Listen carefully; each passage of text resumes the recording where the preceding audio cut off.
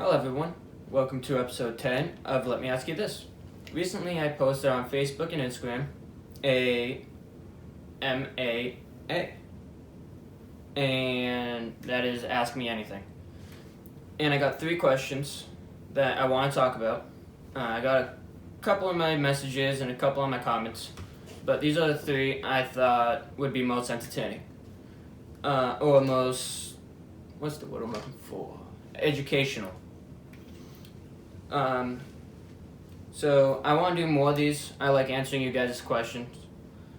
So keep an eye out on Facebook and Instagram about sending me messages. You can always send me questions, and even if I'm not doing a AMA, you guys can always send me questions and I'll answer them.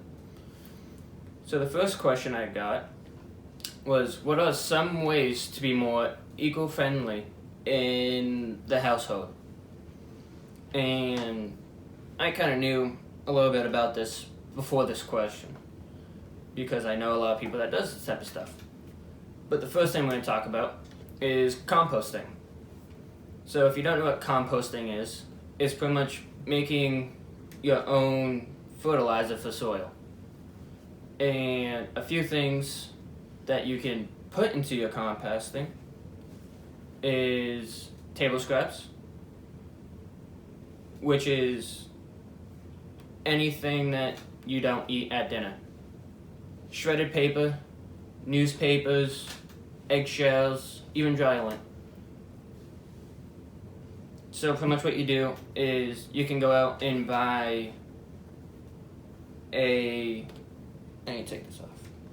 So you can go out and buy a giant bin and put everything in it, and then when you go to fertilize it, everything that's mixed up in it, you can go put it into your composting pile. You can put it into your garden, and it will help fertilize the soil. You can also put corn cob stalks, coffee grounds, anything that's biodegradable, really. So next one is, of course, very simple. It does cost a little money though. Use canvas bags instead of plastic bags, so you're not wasting plastic instead of just keep throwing it away. I always reuse my plastic bags that I get. I have a giant stack of them. I get yelled at all the time because of it, because I just keep keeping them. Use paper less and recycle more. Here we have to recycle. We get in trouble if we don't recycle. And for this episode, because of this question, didn't print out anything. I'm using my phone and my laptop to record with my phone and use my laptop for my notes. Purchase the right light bulbs. So now with light bulbs, they have LED light bulbs, and they use less power, and they're even brighter. So don't go out and buy light bulbs right now if you still have light bulbs that are perfectly fine, because now you're just creating more garbage. Wait until your light bulbs blow out, and then go out and buy new, efficient light bulbs. They do cost a little bit more, but in the long run, you can save money on your electric bill, and you're using less resources. They last a little bit longer too. Cut down on energy in your house. So, when you leave a room, make sure you shut the lights off. If you're going away for the weekend, go through and unplug everything that you can. Because even though it's off and it's plugged in, it's still using electricity. So the only way to stop that is to unplug it. Reduce water waste. You don't need to take an hour and 45-minute long showers.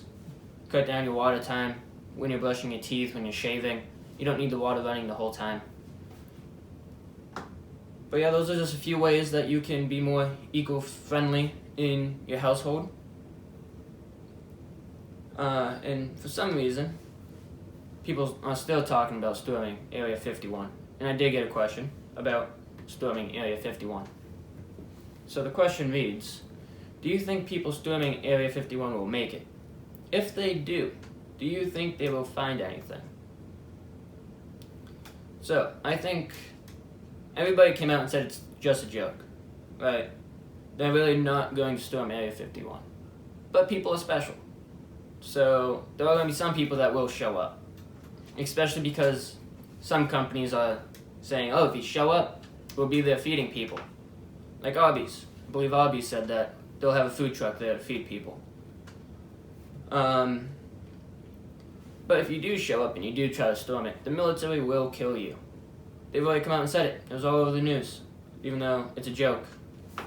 They're just reminding people that it's still a military base. If you try to overrun it, they will kill you. You guys won't win that battle. But if you do win that battle, 1, congratulations. 2, you probably will find some cool stuff. When I say cool stuff, I mean aliens, UFOs, laser guns. People say that Tupac and Biggie are down there. There's a lot of great stuff that could be down there that we're working on. Weather machines. You never know. It's top secret. They don't say what's going on down there. So, those of you that's going to try it, good luck. May the odds forever be in your favor. But I do not think that you guys will make it. And the last question. I don't know if you guys know about this, but there's something called yellow watermelon, right? And me and my wife went grocery shopping like adults do. And we like, oh, watermelon. Let's get watermelon. And my wife was like, oh, I feel like having watermelon today. So she cut the watermelon. To her surprise, it's yellow. It's just a yellow watermelon, guys. It looks like a normal watermelon on the outside, but it's yellow. And I did some research on it because I got a couple questions about it. And so, to my surprise, it is not GMO. Like, it is completely 100% natural. It's just, so it comes from Africa, and if you learn anything in science, you know that over time, just plants just genetically modify by themselves to make them better or worse, depending on how you want to look at it. But it can be traced back to Africa in the 1930s.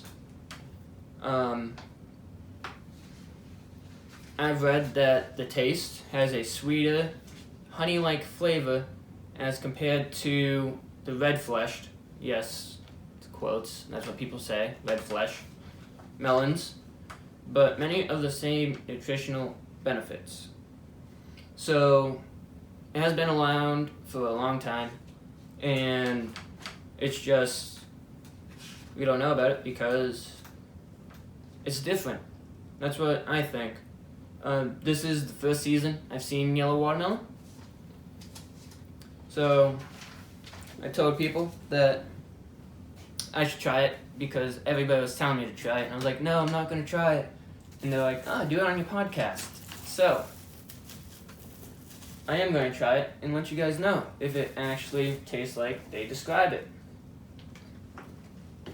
Yellow watermelon. By the way, this wasn't labeled yellow watermelon. So, the grocery store totally threw us for a loop. Kind of want my money back. Oh, that's a big piece. I don't want a big piece.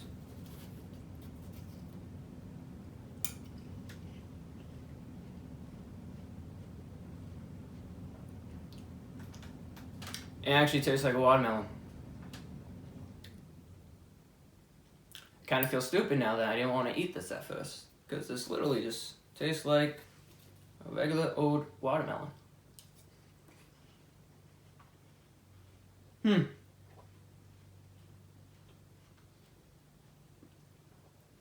That's good. That's good to know. So thank you for peer pressuring me into trying this yellow watermelon. It's actually pretty good.